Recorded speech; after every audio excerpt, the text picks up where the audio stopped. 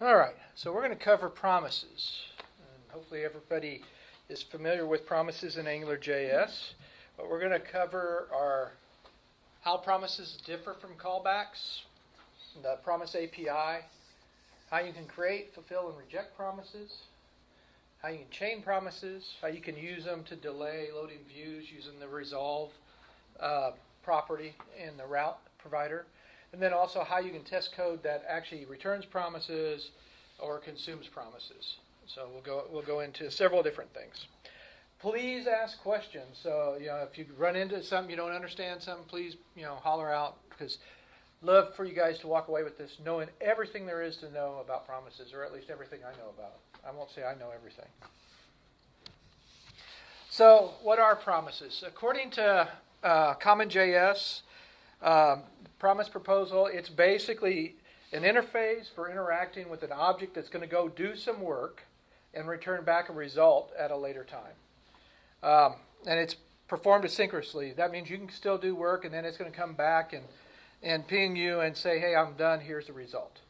So the big thing is an interface for interacting with the result of an action that's performed asynchronously. And really what they do is they allow us to write cleaner code and more maintainable asynchronous code and keep you out of callback hell. Does anybody know what callback hell is? Has anybody been in callback hell and tried to figure out how to get out of it? Well, so what is a callback? First of all, you got to know what a callback is, right? So it's usually a method that we can use in JavaScript. It's the only way that we can say, go off and go do something, and when we come back, we want you to execute the rest of this code after we come back and go make a web request, or we go off and do something else, and we want to come back and execute code. And so what we normally need to do is have a method that we provide to the function that's going to go out and do something for a long time. Go out and get a web request, go do a long, lengthy calculation, and when it's done, it's going to call that function that you provided in the call to the function. So what we have here is, this is just a simple piece of JavaScript, and we'll go through it in a little bit. But we have a method that goes and does something for a really long time. In this case here, we're waiting for 10 seconds. And then once it's done, it's going to call our done CB, which is our done callback, and provide back a result. Now, as a consumer of that function, we got to basically do two things. One is provide a callback function that's going to get the information back and we go do something with it, but then we got to invoke the function with that callback. So that's what's happening here with the function handle process return. We're expecting a value to come back out, and then we're going to go do something with that using jQuery. So this is the way you do it today in standard jQuery world. Is we'll normally make the callback, and when it comes back, then we'll go and actually find, if it's a message that we're waiting to get back or data, we'll find that element and then change the text on it. This is a very simple example. Now, so callback hell is basically a term we give to a coding style where you have endless upon endless upon endless callbacks that stems from one function. And here is an example of callback hell. This is the redir function, and it takes a function that's supposed to be a success function, that when it does something, it actually goes through all the files in the directory, and it takes another function, which takes another function, which takes another function. And the way you can find out if you're in callback hell is if the word function and the endpoints, if you count them all up in one set of braces, and you're more than one deep, you're in callback hell to begin with. And just kind of give you an example of how this breaks out, I kind of went through, and you can see the code gets lighter as we go into each level. So this is the next level, and then here's the next level, here's the next level, and then the next one, to where we finally get all the way down to here. So we're like 6 levels deep into callbacks, one after the other after the other. Are these like nested callbacks? Well, yeah, a lot of them are nested callbacks. They got a function that's going to go out and do something. In this case here on disk, and then when it gets done, like getting you the directory, then it has a function that it's going to call that's going to give you a list of files. And then what he's doing here is he's now walking through each file that was given to him to go make another call, and then to get the sizes and stuff. to actually print it all out.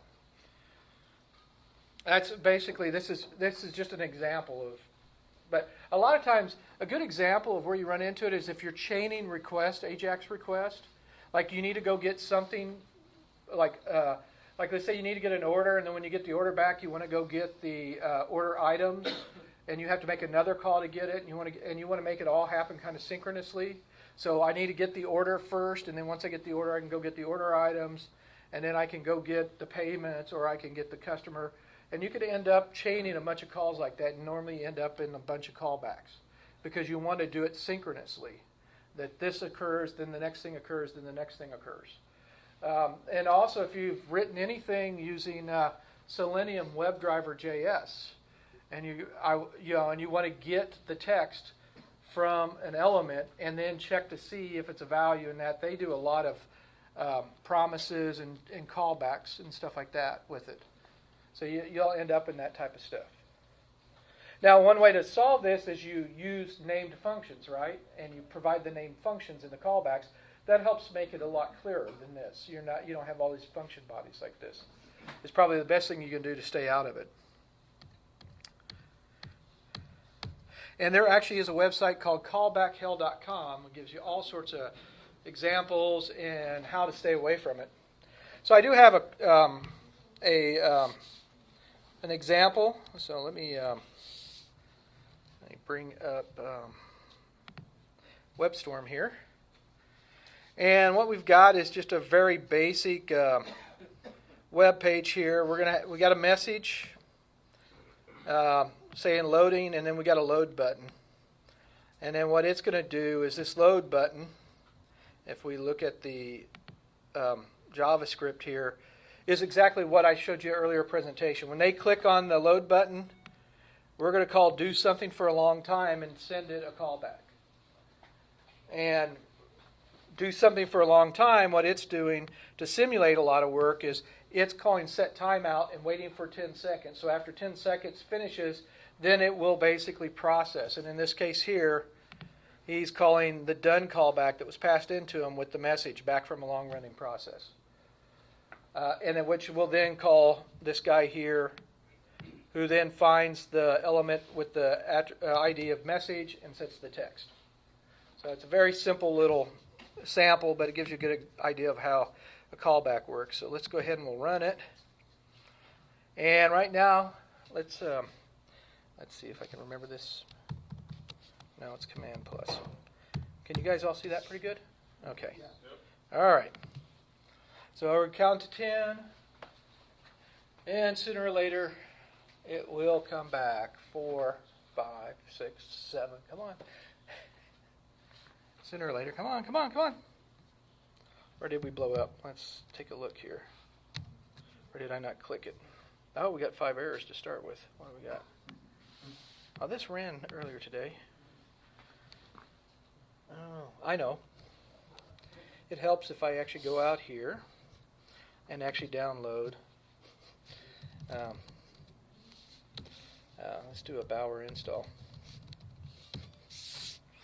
Sorry about that. I thought I had them all on here. Okay. Now let's go back and refresh this. That looks better. So we'll go ahead and click it.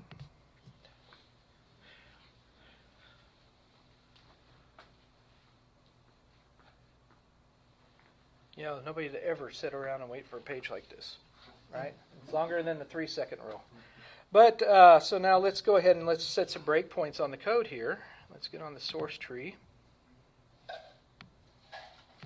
And bring up example. And make it a little bit bigger. So we'll go ahead and we'll set a breakpoint here, and a guy here. You guys want to set a breakpoint on the set timeout, or do you believe it'll actually happen? Okay. So now let's go ahead and we'll go ahead and click this again. So there's our do something, right? So we'll go ahead and click it. Now we get to wait for 10 seconds. And then it should catch up in our set timeout. Okay, so now if we follow this in, you'll see he comes in, calls this guy, which sets the text. Oh, we don't want to walk into that. It returns back out, and we're done. Yep, come on, go. So that's a simple way of calling or doing a callback. I'll give you an example of how it works. Any questions? It can be much, much more complex, but that's pretty much it. Okay. So let's talk about what a promise is. So promises are made up of a deferred object and a promise object.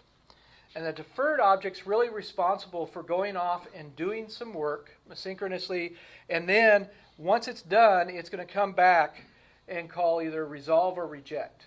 Now, it can also, while it's doing work, it could call notify over and over and over to let you know that it's doing something. So like if you were doing a long computation, you could say, okay, I've went through 100 records, 200 records, 300 records.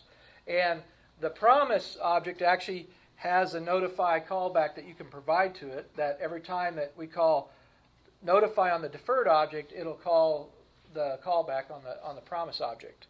So the three methods you need to think about are notify, resolve, and reject. Those are how you resolve the promise from your deferred object.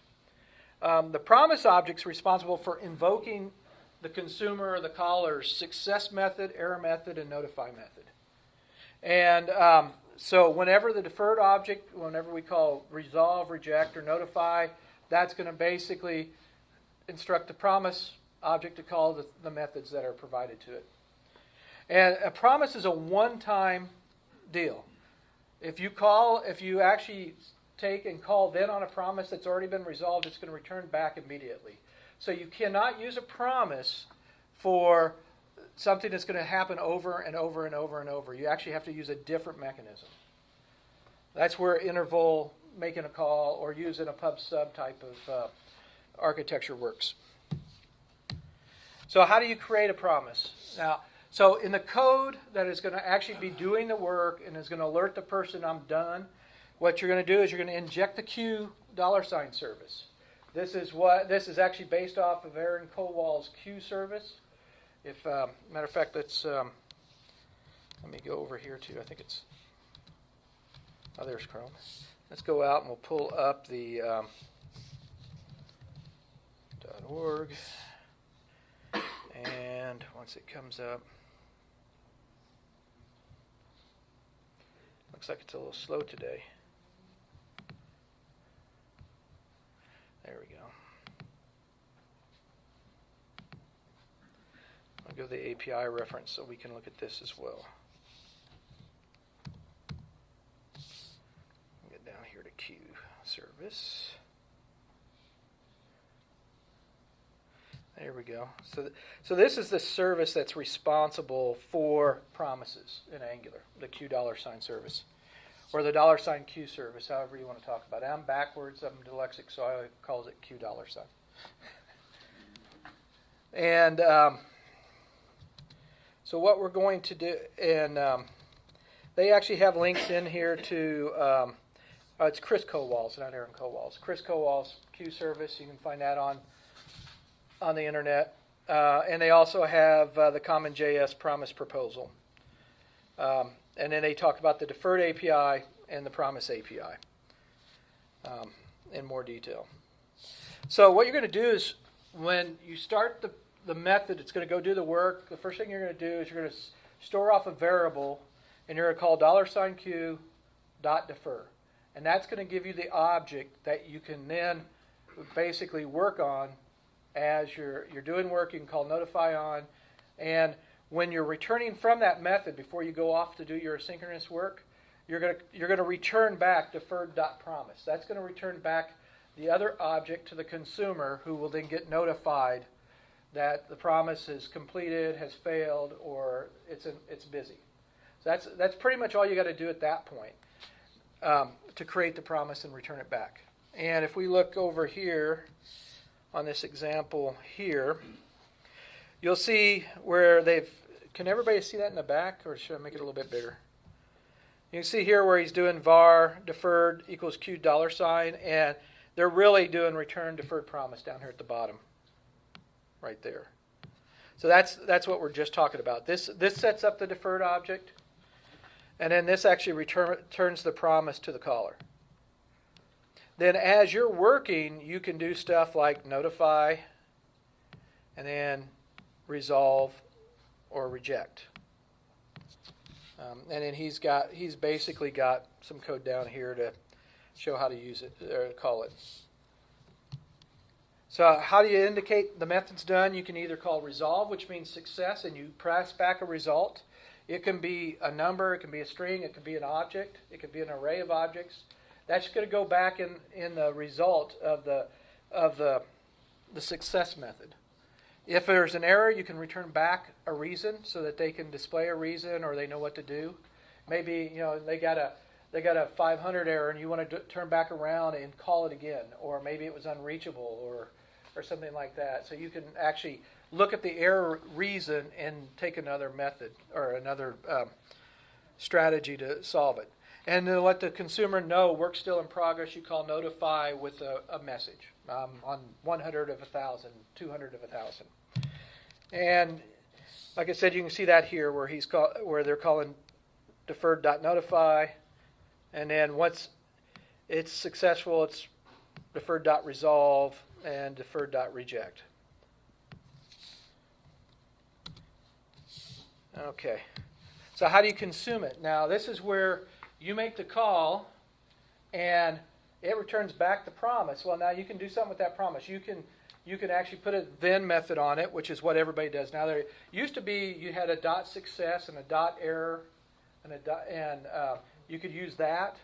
But now they go more for the then method, which has a success callback, an error callback, and a notify callback you provided.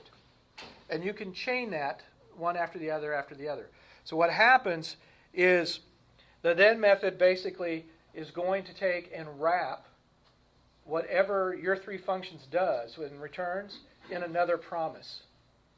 And that way you can chain it and call the then method on the other promise. So what's happening is the then method returns a promise.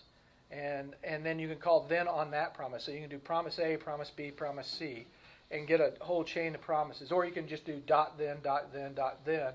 And the library is smart enough to know this is a promise, so I can call the then method on it.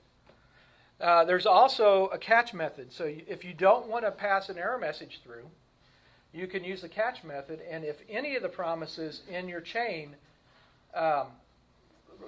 reject, and it'll basically call the catch method and exit that way. So you could have one error message or one error or catch method at the end of a whole chain, and if anything rejects, then it'll come straight to that guy. And then you can use the finally method. If you don't care what the result is, you just need to go make these calls. Like let's say you're going out and notifying a bunch of people, via sockets or whatever. You can then basically just use the finally, which just returns and calls you whether it succeeds or fails. It doesn't give you a status or anything. And we can go look at that over here on. So here's the then method, and they're passing in. This would be considered the success function. Here's the failure function, and then here's their notification function here.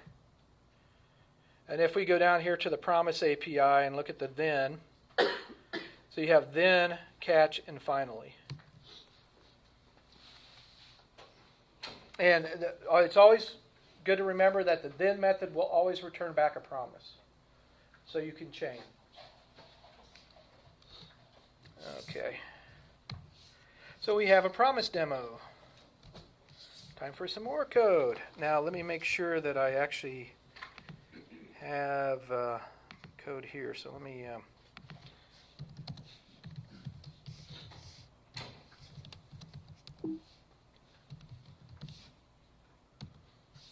All right. I forgot that I'm on. There we go.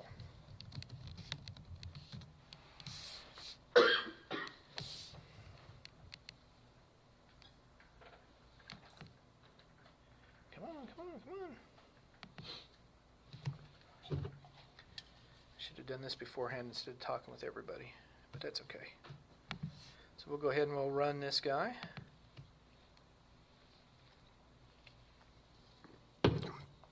So just to kind of, let's go over the code real quick so you can see what's going on. This is an AngularJS app.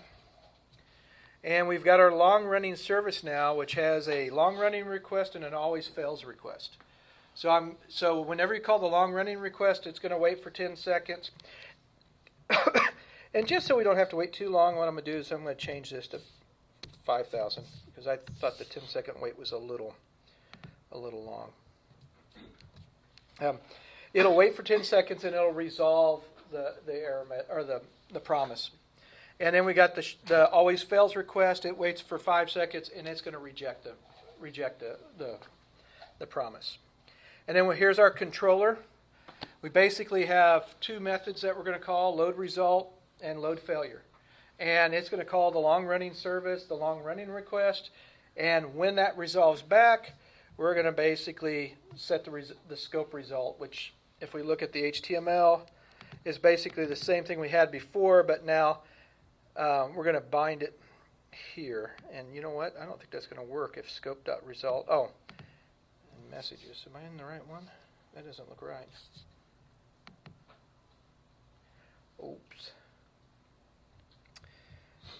I think I overwrote one of my examples. So let's change this. Let's get rid of that. And let's change this to result. All right, so let's go ahead and we'll run this. Let's refresh it.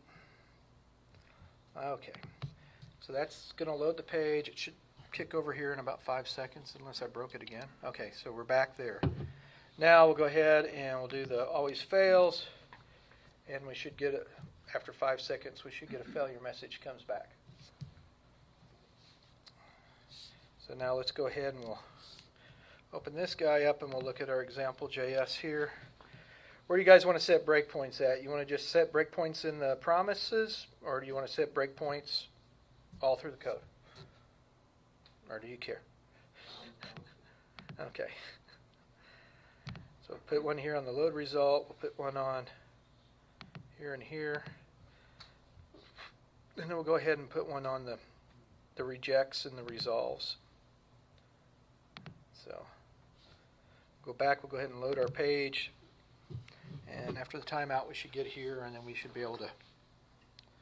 So now, since we don't want to dig through all the AngularJS pipe, I'm just going to go ahead and click go, and we're on our.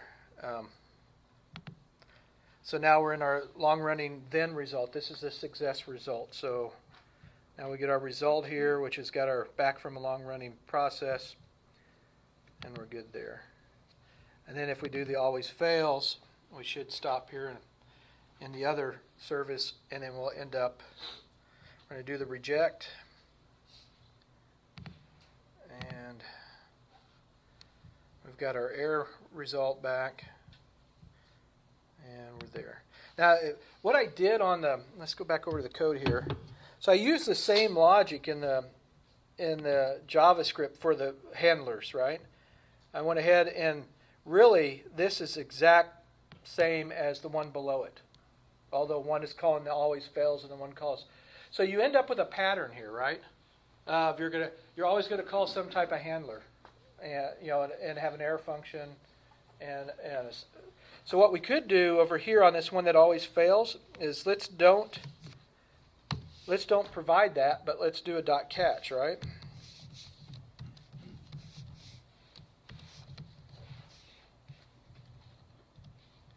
And I'll do the same thing here. I guess I should use just this function here. So we'll just move that into the catch here. And let's go back and we'll refresh this. So now what we'll do is we got the .catch, right? So we're out of the then method. We're in the catch method that is going to get called if any one of the promises rejects. So if we go ahead and we click always fail,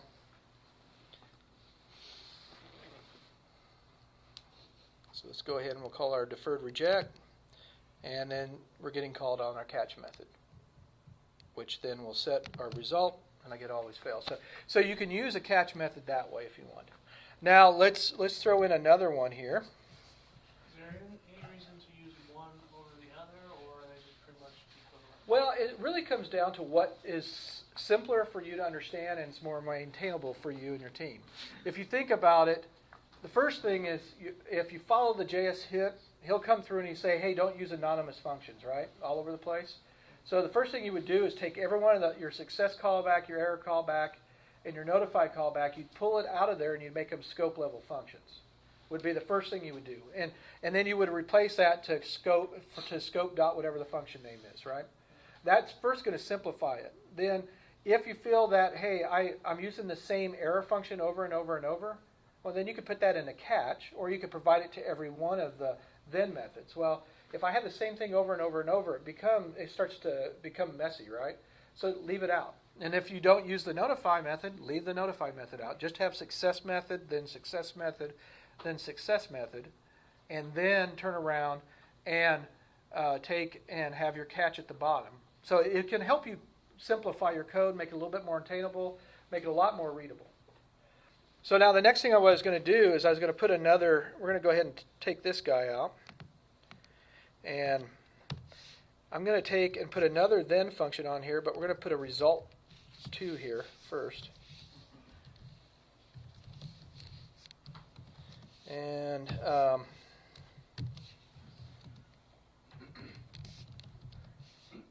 okay. Oh, hey, guess what? I can't use got to use slash.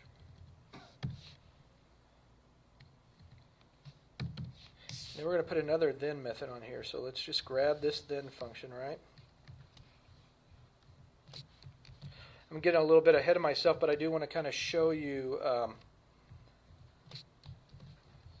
how we can chain stuff. And we'll make this result 2, right? We'll get into a lot more chaining here in a little bit. And then and I want to show that if we fail, that the second then function won't be called either. So now what we've got is we've got 2 then methods chained. So after the first then method finishes up, it should call the next then method, and then it will ignore the catch. So now the other thing I need to do is let's copy this guy. We're going to put him right above it, and we'll change this to ng bind on result 2. So what should happen is they both should end up with the same thing, right? At least if it succeeds. If it fails, only the first one will get updated, the other one won't. So let's go ahead and let's reload this. We've got the loader, I'm a listener, and let's get rid of, we'll put that guy there, that guy there, and then we'll set a breakpoint there, and a breakpoint there, and a breakpoint there. So now we'll do the load page, and after 5 seconds we should get our deferred. So go ahead and run that. So here's the first then method we're calling. There's the second. We got undefined, didn't we? You didn't return from the then. Oh, I didn't? That's right. So let's do that real quick.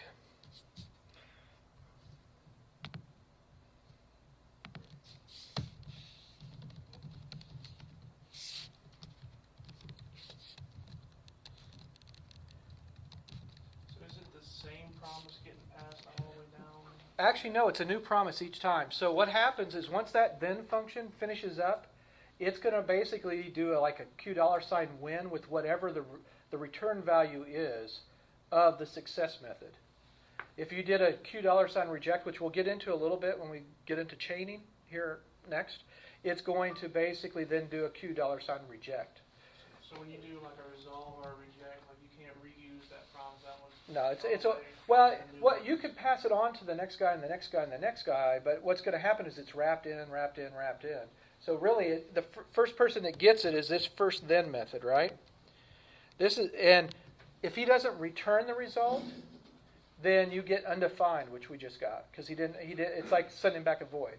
So you always want to return the result to pass it on to the next guy, especially if you're going to chain stuff like that. And when you see the example, I've got these. I've actually got services that got 5 different methods, and we're chaining the different methods, and we're returning the next method. But let's try this now, and let's reload it. And let's change my, that one's there. Let's turn that one off, turn that one there, and put that guy there. Okay, go. And I think I need to redo these.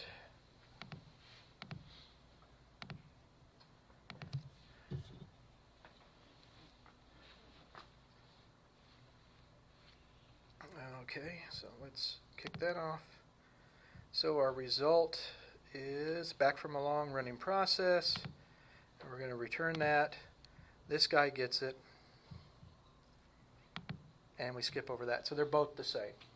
Now, what's going to happen if we do this is only the first one's going to get changed because we're only updating. We're going to do the reject here. So you see it skips over the 2 then clauses, right, and goes straight to the catch. And he's the only one that gets updated because that's the only one we're updating. Any more questions? Yes?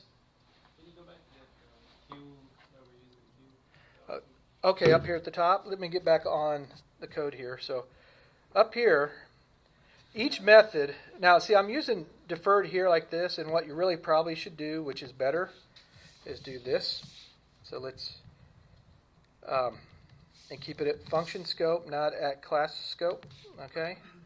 Because that actually, because you don't want this guy, if you're doing a service that multiple things are calling, you don't want somebody to overwrite the other one, right? This way here, you'll get an instance, you'll get a function level instance of the deferred, right? So it'll stay around until we finish out. But again, you're using queue defer to set everything up, and then while you're off doing something, this could be an Ajax call, it could be, like we have here a set timeout, it could actually be another library that's going off and doing stuff. So if you're making a HTTP call there, so you assign the result to a promise and then return there? Yeah, well, if you're using the $HTTP, all the $HTTP methods return a promise. So just do return $HTTP. Let me go over to some of my previous code that we had on GitHub. And I'll show an example here. Let's see, where's the brew everywhere? If we get into the MongoDB, or MongoLab service here. Okay, let me make this bigger. So this uses the HTTP service, and you'll see that I'm returning back HTTP, the HTTP method. So that's returning back a promise. So now if I look at, and all these methods are doing that, if you notice that. They're all returning back the promise from the HTTP $ function. And this is the hard way to do it. You can do .get, .put, .whatever. I do it this way because I'm just used to just pass all the parameters as one thing. But there's other ways to do it besides this. Now, if we go look at, let's say, the adjunct data service, so this consumes the MongoLab service. And, okay, we're up. So if you'll see, we've got we're doing a query on that service, right? And then we're doing a .then. And we're returning whatever the .then actually returns back. So I could actually chain that getAdjuncts function with another then on it, and whoever calls that from this service. So because I'm returning, actually, I'm not returning the promise from the $HTTP. I'm actually returning the promise from the .then method here. I would just need to make sure that getAdjunct success handler actually does a return on it. Otherwise, you're going to get empty data back, right? But you could still use that to go get the data and populate the tree. If it's just a promise that you're waiting on code, you could actually use a finally method on that. Does that kind of answer? Yeah, if you're already calling a HTTP, $HTTP. You do not have to use deferred or anything. It's already there. Same way with the resource service. It returns back a promise as well. And actually, if we go over here to the API, I think it actually says here on the methods, if we look down here on the API here, where is the documentation at here? Caching interceptors, where is it? Okay, that's the config object. So here, this is the actual $HTTP, right? This is what I was calling. And if you look, it returns a promise that will be resolved to the response object from the AJAX call that's happening down below. Actually, it's the XML HTTP call that's being made. But it basically is the result object that we get back off the wire. So you get the code, the data, and that sometimes gets people, as they don't realize that you actually have to look at result.data to actually get the data that was returned back from your REST service. But yeah, you don't. So this way you don't have to do deferred and then return the deferred and wait for that and then do a resolve. You're basically duplicating effort then. You just utilize this. And I think if we look at resource, I don't even know where resource is anymore. But if you look at several of these, they do return back promises, and that way you can just utilize those as they return. Any other questions on this? Okay, so let's. Okay, so we'll talk about chaining promises. So we've actually talked a little bit about them. I showed you a little example. So we can take the then methods and chain functions so that they happen in sequence. And this really comes in good if you've got a bunch of calls that you need to make. Or you need to have something wait until these things come back. So basically you can use a then method and then return whatever you need to return so the next then method gets the data if you need to pass it along. You can also use you can also use this as a way to kill your chain. So as you're getting data, if you get a response back that you know that you shouldn't proceed any farther, you can do $Q reject in a reason, and that will skip over everything down in the chain and go to the catch method and then the finally method. And you can also modify the result. You can take, and one of the examples I have are we're going to multiply the result by 10 and pass it along. But you could change it. You could take that then, and you could then call a method to take and transform it from XML to JSON, and that's actually what an HTTP interceptor is. Is that they allow you to put a then method in the chain, and it just sticks it on the end of the $HTTP chain for all your calls. So what you can do, and so if we go over here and we look at HTTP interceptors, which I think we're a little bit higher. Yeah. So this is a factory that's my interceptor, right? And it has a certain API, a request API, a request error, and a response error. But when you do this interceptors.push, what that does is it actually puts that on the bottom because they're using the promise mechanism to insert you in the bottom of the then chain is what they're actually doing.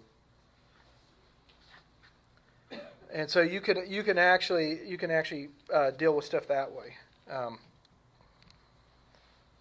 All right, so let's see. So we're going to do a chaining demo. So let's see if I have my chaining demo, get all the data in it. So I got two chaining examples.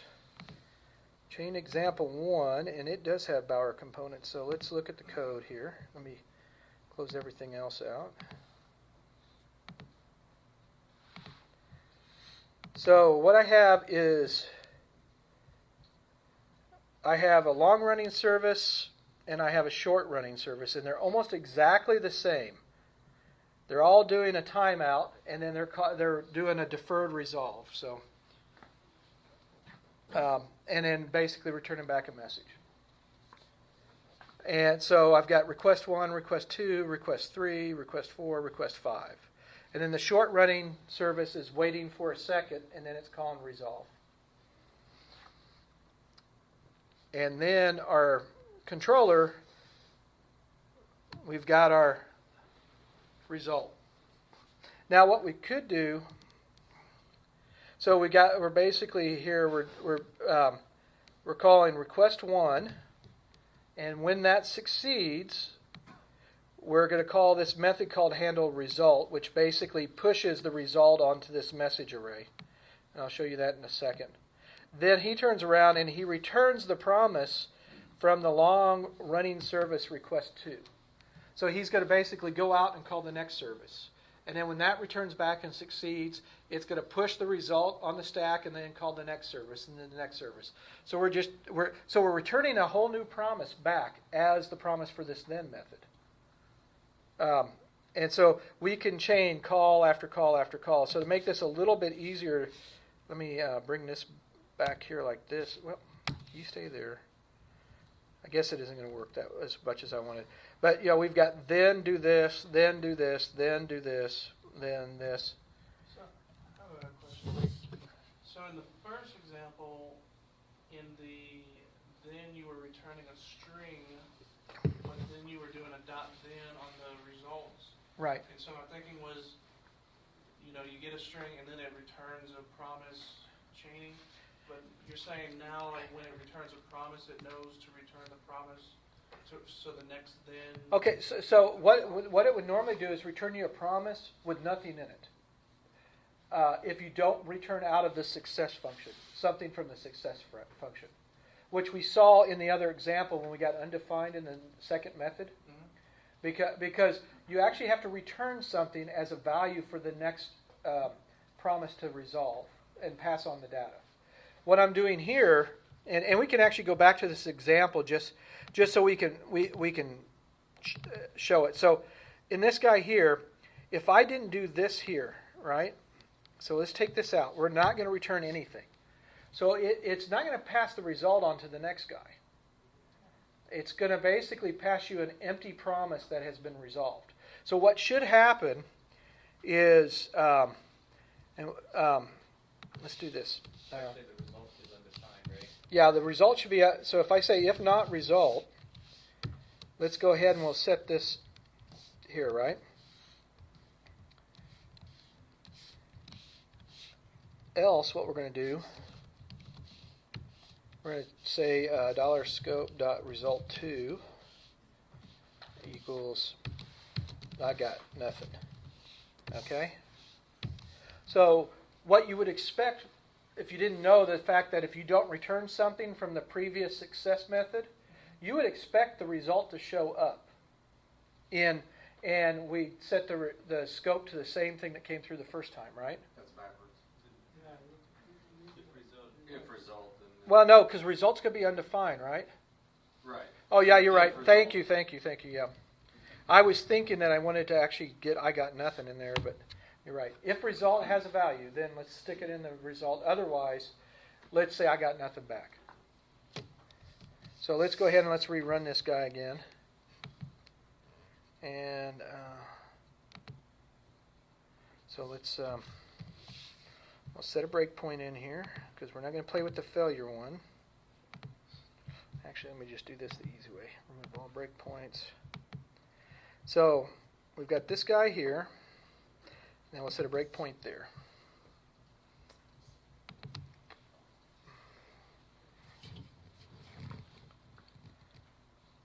Okay, so if we look over here,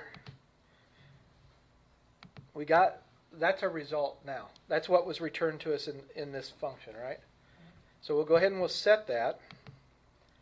Now when we go to the next method, you'll see that result got nothing because we didn't return anything back to give to the new promise that it wraps the return value from that method. Yeah, and I guess my question was, it seems like it's doing something different versus when you're returning, let's say, a string in here versus returning a promise. It almost seems like when you return a string, it puts it as a result in here. Oh, well, yeah, that's because it's actually showing you the data.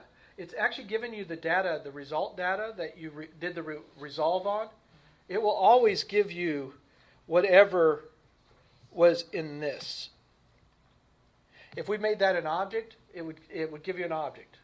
So whatever you do a resolve on, it's going to actually take that data and pass that on to the caller of the success method. And actually, that's why you get the whole response object when you do a dot then on a $HTTP. So what they do is they bundle that whole thing, the response code, the URL, the actual data, and then basically call your success method with that. That's why you have to do response.data to actually get to the data that they brought back. So it's whatever you pass in here, that's what he's going to call your method with. And if you're familiar with if you had an array of methods and you walked through that array and you called that a method with, and then took the result back, and then took that result and called the next method with it, that's actually what's happening with chaining. So whatever you send into that success method and he kicks it back. So what we can do, right, is just to show you that we can change that, right, we can transform this, is what we're going to do here. We're going to change this and we're going to say, I want to return an object, right, result, colon, actually we'll call it new result so it doesn't get too confusing.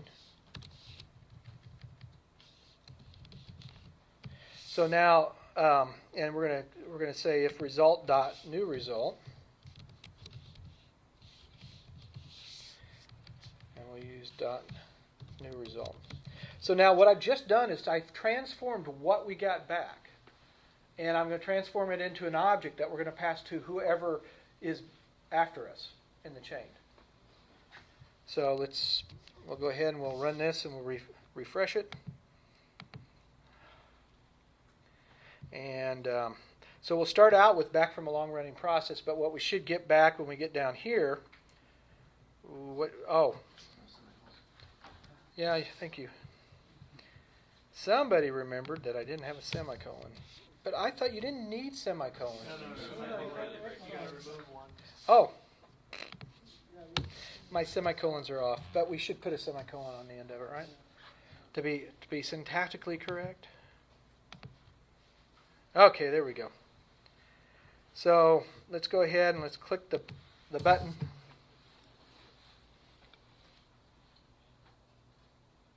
Okay, so here's our result. And now what we're going to do is we're going to return this new object. And if you see, our result is now an object, right? So we've just transformed it and passed it on. And so this is where he's taken whatever you return back, he'll wrap it. So we could have, if we would have just did return result, we would have just got a string, like we did before. Yeah. Okay. So, what happens if you return back the promise? Well, it will wait for that promise to resolve before it actually calls the next then function. And that's actually how the resolve service works. Is you basically provide an array of promises, and then the route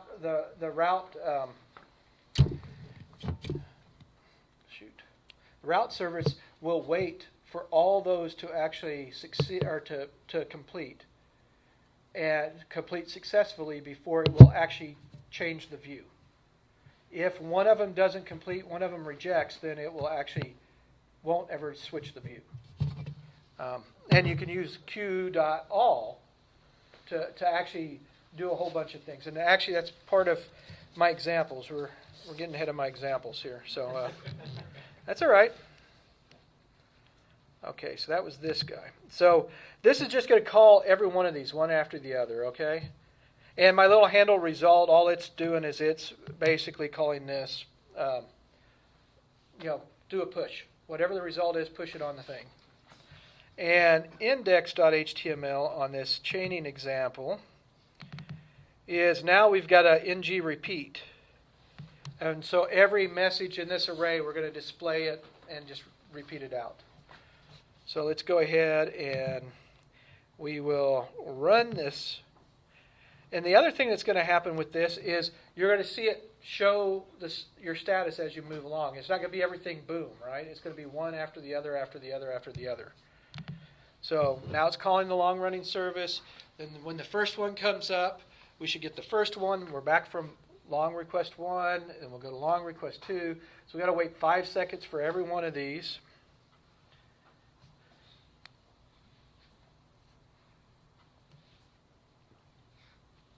There's number 4. We got one more, and then we get into the short running service. Okay, now we're calling the short running service, and we're already 2, 3, 4, and 5, and all the requests are complete. So that way you can chain all these things and make sure they all happen in sequence. That's a good reason for using chaining. Now the other thing we can do, and I'm sure you guys did not want to walk through that in the debugger, did you? You guys can pull down the code and look at it at your own discretion. Now, we have example 2 here, and what I've got here is, okay. Well, this is a chaining example here where we're going to use then and finally, right? So we're going to do request 1, and then we're going to return back the result times 10. So our guy's going to basically wait for 5 seconds, and he's going to create a random number and return that back. And then when he's done with that, we're going to modify the result and return it. So we're going to multiply whatever it is times 10. And then the next guy is going to set the message with the result. And then finally, after everything's done and all the promises have been resolved, we're going to say all requests are done, and we're going to give the total of the results. Which I think this is going to blow up on the bottom here. It's going to just be whatever the result is. Since we're not, well, yeah. So let's go ahead and we'll run that. And this has got a very similar, these are all very similar index HTML. It's going to basically show you a list again. And we've got a single button there. So we'll go ahead and run that. So this is what we were just showing a little bit earlier. We're going to modify the result as we go on. So I'll go ahead and push the button. We'll call our long-running service. He'll wait for 5 seconds. He'll come back with his random number. And we got 50. So that basically, now, was it really 50 or was it 5? Well, you know what we can do is we'll add some messages in here so we can see what was returned back. So let's go here on the first one. We did a console.log, but why don't we do this? Let's do this. So we can actually see what the result is. And I guess if we actually would have went over to the console, we would have seen it. But so we'll start back over. We should get an intermediate message that says we had 5 return. Oh, you know what? It'd help if I actually reload the page, wouldn't it?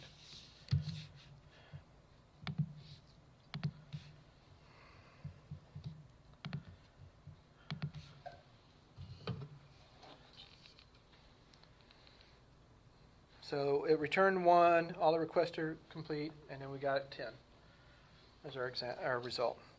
So that's that. In the last example I showed you, there are examples of how you can actually modify different things. Would that be any different if the finally was just another then? Pardon? Would that be any different if the finally was just another then? Yeah, because the then would be looking for a result amount, right? Now, you could do it and don't care what the result is. We could just we could change this to a then, right? We can do that. But if something along the chain up here actually rejects, so first of all, let's do this, okay? That should just call and it should execute the same way. So let's do that first. And then we're going to, I think all I got to do is really just reload the page. So it should just work the same as before. So we got all our requests repeated, right? Yeah. Now what we're going to do, this is why you wouldn't want to use a then. Let's do this.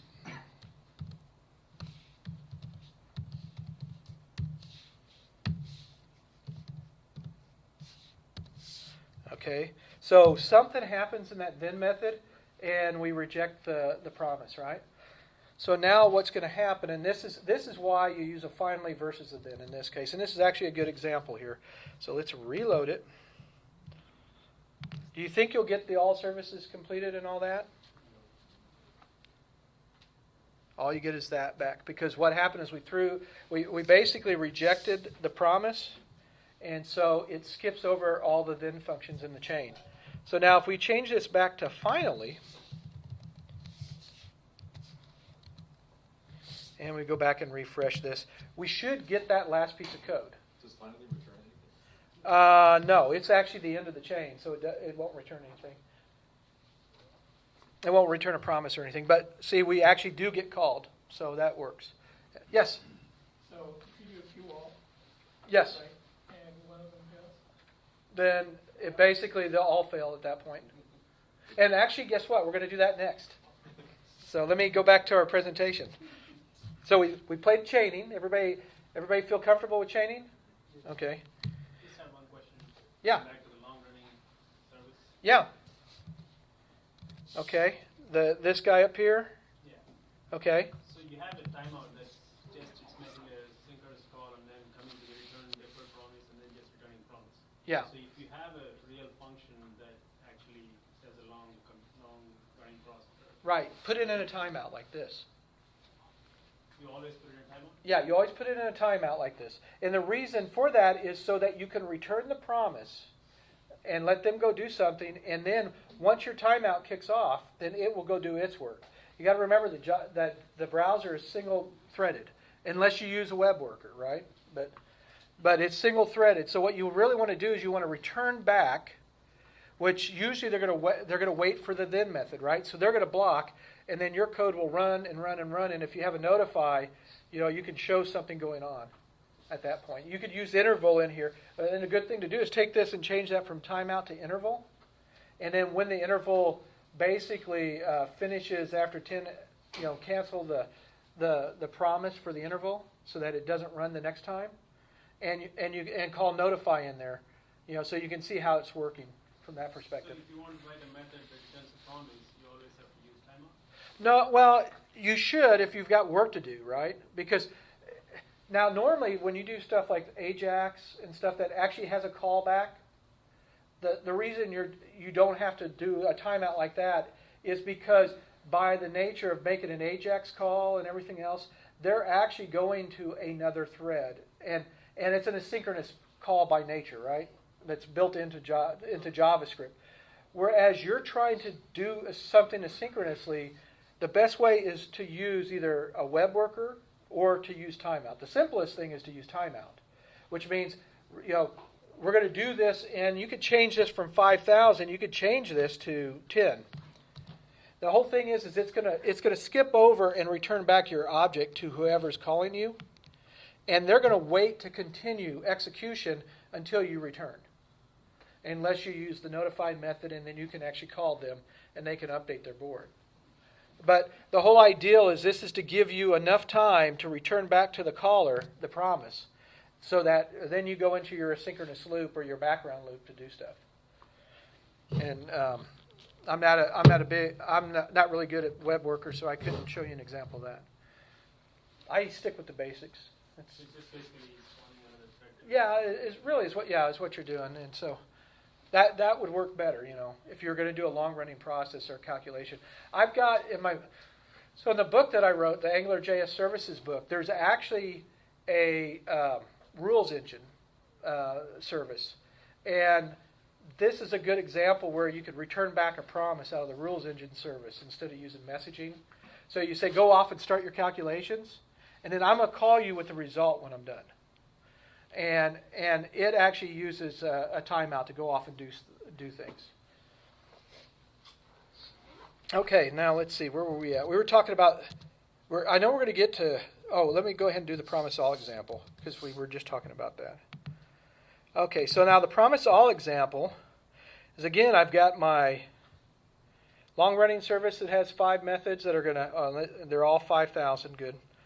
And then I've got my short-running service that are all 1. So what we're going to do is I've got this array of promises here, right?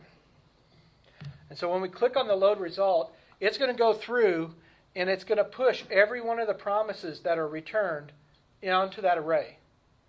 And at the end of the call, we're going to do $all. And this is where if you've got a bunch of things that you want to just go out, and I need to go get, let's say I want to get a Facebook feed, I want to get a Twitter feed, I want to get a Google Plus feed, and then present them on the page, and I want to get the weather. You can do it with all this stuff here.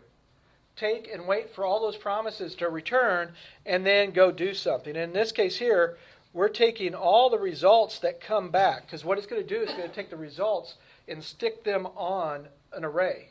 And they're going to be in the order of how you push the promises. And so it'll put the results in that order. And then what we're going to do is we're going to iterate that array, use an Angular for each, and basically stick that on the message queue. So what we'll see is it'll wait and wait and wait. So it's going to wait for 5 seconds at least. And then all of a sudden we'll get a burst and we'll get all the results all at once.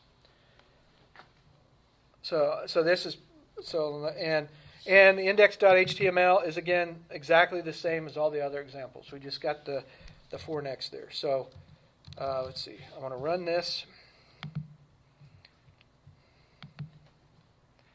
And everybody hold your breath until it displays. Come on, come on. I have a question. Yes. I saw the multiple promises there. If this is a service, HTTP service to call some REST service, don't we have to limit the concurrent call to 6 maximum? Well, yes, you do. I was just saying if you had to go get a couple of things. This here, we're calling a service in here, so we could do 1,000 of these if we wanted to. There are limitations, you're right. And what's going to happen is if you try to make 7 calls or 8 calls, guess what? They're going to get in line behind the other 6, right? Okay. And actually, you'll see that if you have a whole bunch of script tags in your web page, you'll see the first 6 kick off, and then the next guy will start as soon as the first one ends, right? And that's the same thing that's going to happen if you do 10 calls to a REST service. The first 6 are going to saturate the pipe, and then as the first one clears, the second one will go through, and you can watch it in there. So the browser's really good at it, but you're right. There is limitations to how many you can send at one time. Any other questions? Did you guys miss this? Do I need to start it over again? Yes? Everybody understand how we're using QAll here? Yeah. Okay. All right, so now we got one more piece. Well, actually 2. We're talking about route resolve. So the whole idea behind route resolve is to delay displaying a view when somebody types /view1 versus view2, or you navigate until you get all the data for that view at one time. That's the most common use of it. And so what happens is the route provider has a resolve property that is nothing more, it turns out to be an array of promises.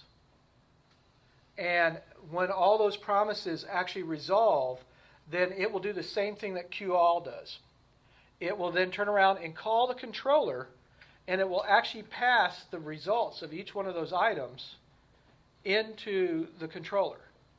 So what you could do is if you're waiting for a database call, like for a record, you can basically use resolve to go out over the net, get the data. When it comes back, it will be injected at the end of your function as whatever the name of it is in the code. So there's no benefit of using resolve over, let's say, QAll? Well, no, actually, this is actually built in, right? So you don't have to build all that QAll stuff.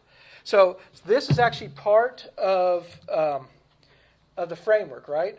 So if I wanted to do something in my code, let me get back over here to that QAll example. I would have to do this, right? And keep the view hidden. I'm already on this view. And so I've already switched, and I'd have to wait for all this stuff to go. What resolve does is that before it even switches over to that view, it's going to wait for all those promises to resolve and then switch you. And so you never leave the screen you're on until the data comes back, and then it switches you instantaneously. Now, if an error happens, it will never switch you. So if one of the promises rejects because you got a 400 error or something, then it'll never switch over. So that way you don't get a page with half the data. Or you can do authentication. Yeah, you could do authentication at that point or something else. Yes. So it doesn't switch you, but where does the error go? Does it go Actually, you have to catch the error using HTTP interceptor, or you need to error out in the methods. Because I'm going to show you the service that we're going to use to do the resolve on it. You can handle it that way. But the other thing is that, so you want to really do an HTTP interceptor if you're doing it that way. If you're doing some other thing, you would basically kick it off to, like a cross layer that displays errors, which is normally what I do. Okay, so let's go into the resolve example here. I don't know if there was anything on that after that. No, it just says resolve demo. Okay, so the resolve demo. Let me close all this stuff out. Now this is a little bit more complicated, guys, because we actually have two views now. We have view 1 and view 2, and then we have controller 1, which when you press the button, it's going to navigate to view 2, right? And what we're going to do though is, and view 2 is just going to display result here, okay? And let me show you the resolve service. So this is the resolve service that I wrote. Now, unless you wrap this in a function that calls your method, and I've got some examples, or I got links at the end of this. John Papa has a really good example of, instead of writing a provider, because you have to do this in the config, the app.config. So that means you have to have a provider-based service. So that means you have to have a service that has a $get method, which then returns your service's object. In this case here. My service here is request 1. And again, this guy is our famous long-running service, right? We're going to do a timeout and wait. And then when we're done, we're going to basically do a random number from 1 to 10 and kick that back as our resolve. Okay? Now, what happened then is we have here, this is our route provider, right? So when we see view 1, load up view1.html and controller 1. When we see view 2, load up view2.html and controller 2, but do not switch until resolve service.request1. The promise that is returned from that is actually resolved. And then it assigns that to result. Okay? Keep an eye on that result, because guess what? That's this guy here. He passes it in on the end of that. So if we wanted to do this, we could actually do another one here, because this is an object. And I could say result 2. And we'll just do the same thing, okay?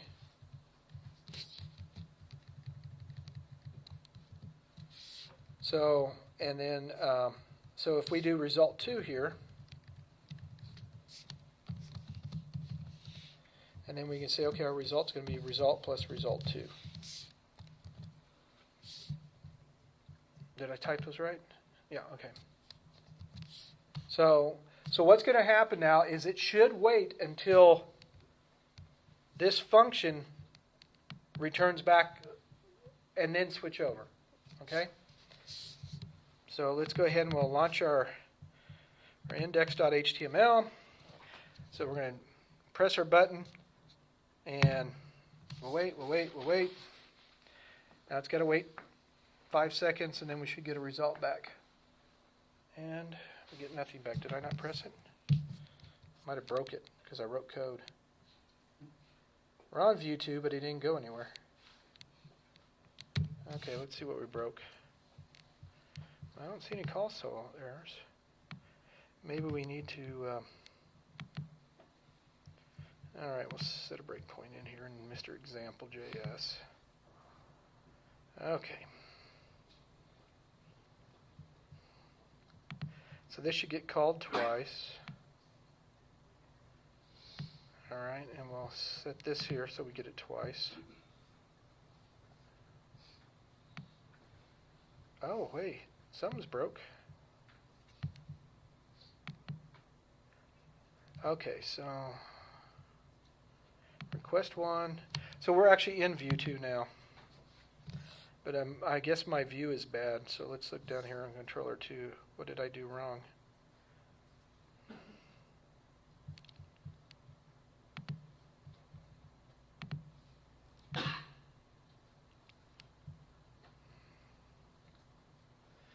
Looked like we broke something. All right, let's go Looks like back. it called it twice. Yeah, Second one not resolved. yeah. Here, we'll start over again and see what's going on. Okay, so we got our queued one deferred. He's going to skip over the timeout. He's going to return the first promise. And if we walk out, now that's going to resolve it on that. So now we're waiting for those to apply. And, okay, here's the first one. So our result is 6.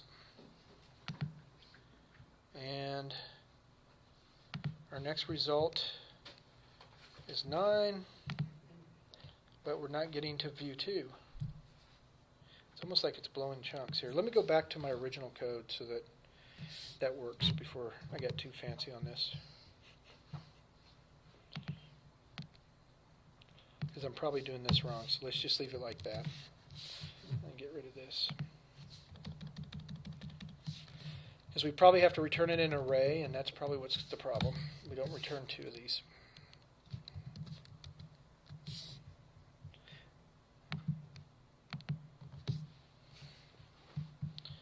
Okay, that's the service. Waiting for the service to call, and there we go. And there's our result back. Yeah, see, I broke the resolver, that's why. So the result is 4. So let's go back now. Let's go back to view 1 so we can actually see it do everything here. So there's our button. We press it. We're going to automatically get in. He's making request 1 here as part of the resolve. See, we didn't have to put this code in our other thing. And then as soon as it times out, we'll get our result. And then we get our result here. So it's delaying it. And if let's change this to make it a little bit longer so you can see it actually wait.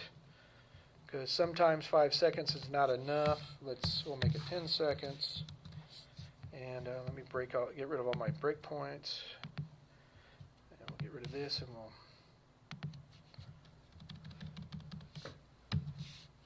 make sure that we got everything reloaded. So if we count to 10, then it'll change.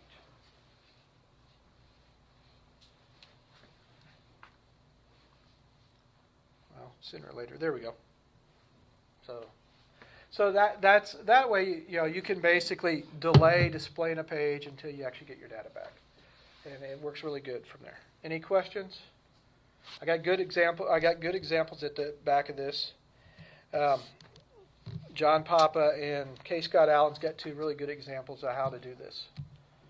Now, the thing is how do we test our code that relies on promises? This is the last subject, so this is going to be pretty easy. What we're going to do is we're going to mock out the service that we would normally call, and we're going to take the deferred object and we're going to store that off in the test scope so that we can call resolve or reject based on our test.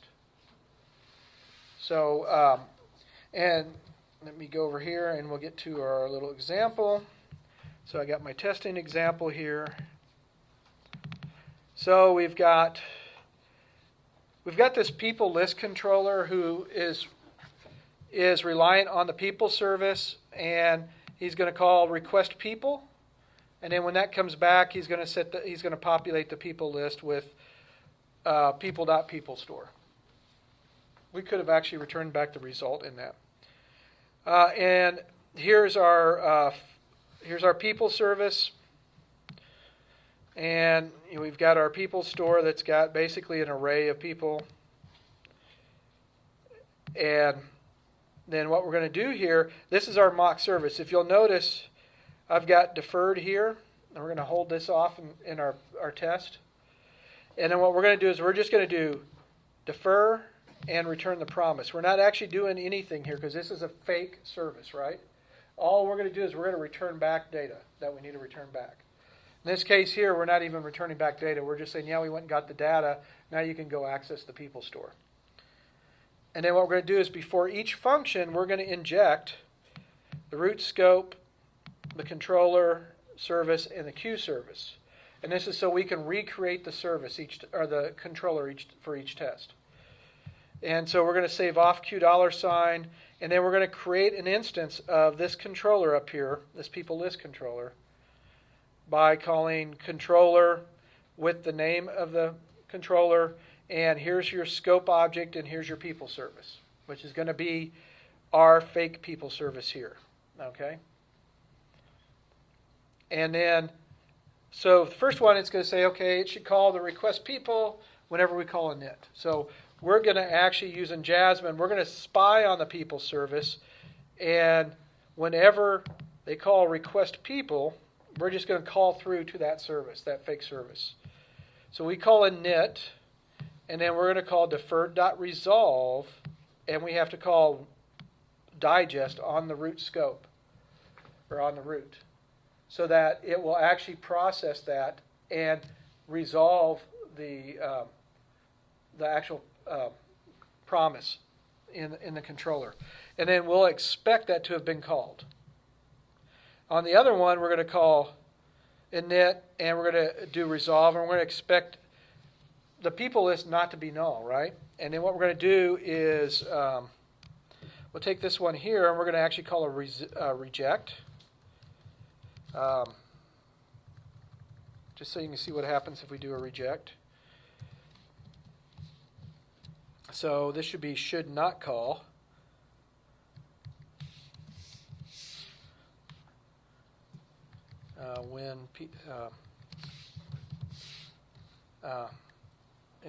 Oh no, it should. Should. Well, no, that's not it. Oh shoot, no, this is not right. Forget it.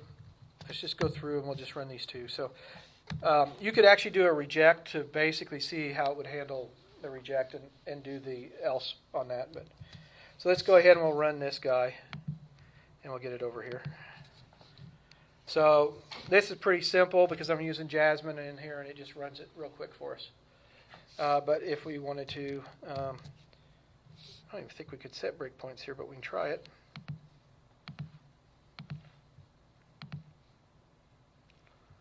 And then we'll put a breakpoint there, and a breakpoint there, and then let's refresh it.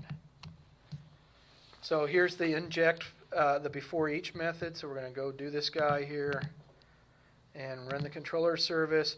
We're going to call init, and the init method, remember, in there actually calls request people, right? So if we actually look at our people list controller init, right, he's actually calling request people.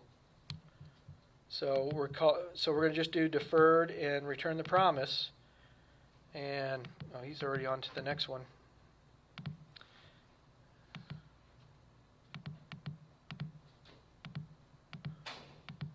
And then we do a digest and walk through it. I have to actually walk through it line by line, otherwise it skips over the rest of it. Okay, so that's how you can test it. And there's a lot of good examples on it. Actually, in the AngularJS services book, there's a whole chapter on testing services, and this whole pattern's mocked out there. References, and I will actually have this up with the GitHub. So if on the GitHub repository, so you guys can pull these down from there. But if you want to learn more about Callback Hell, you can go to callbackhell.com. There's several good articles about design patterns using promises, chaining promises, and route resolve. John Papa and K. Scott Allen both have good articles on using route resolve. And the other thing is you can get the code here. So github.com/lavinjj/promises.promises. And I'll actually have this slide deck up there so you'll have all that stuff. Any other questions? Yeah. So one thing, right? If you have a catch and then you tie a then to that catch, and you don't throw within that catch, it'll go to the next then. Well, probably so, but I thought if, well, I don't think catches propagate the promises. I don't think it you does. have to do a q.reject to kick it to the calling one. Right, so if you have a catch, you have to do like a q.reject in order for it to throw up to the Continue next the catch. chain. Otherwise, Yeah. it's going to think it. Oh, okay, resolve. you're trying to get to the next catch. Okay, I see what you're saying. Yeah. Right. So if you don't do that, then it'll just resolve. Just like you have to and just return the keep going. result in order to propagate the data from one then function to the next. Right. Okay, good. Little thing I ran into. Yeah, we ran into that in our services, but then the controller would never be able to display an error. So we had to Q.reject the actual error message back to the controller So it so actually that its catch would be able to pop Yeah. up the message. But if Which- you only have a catch at the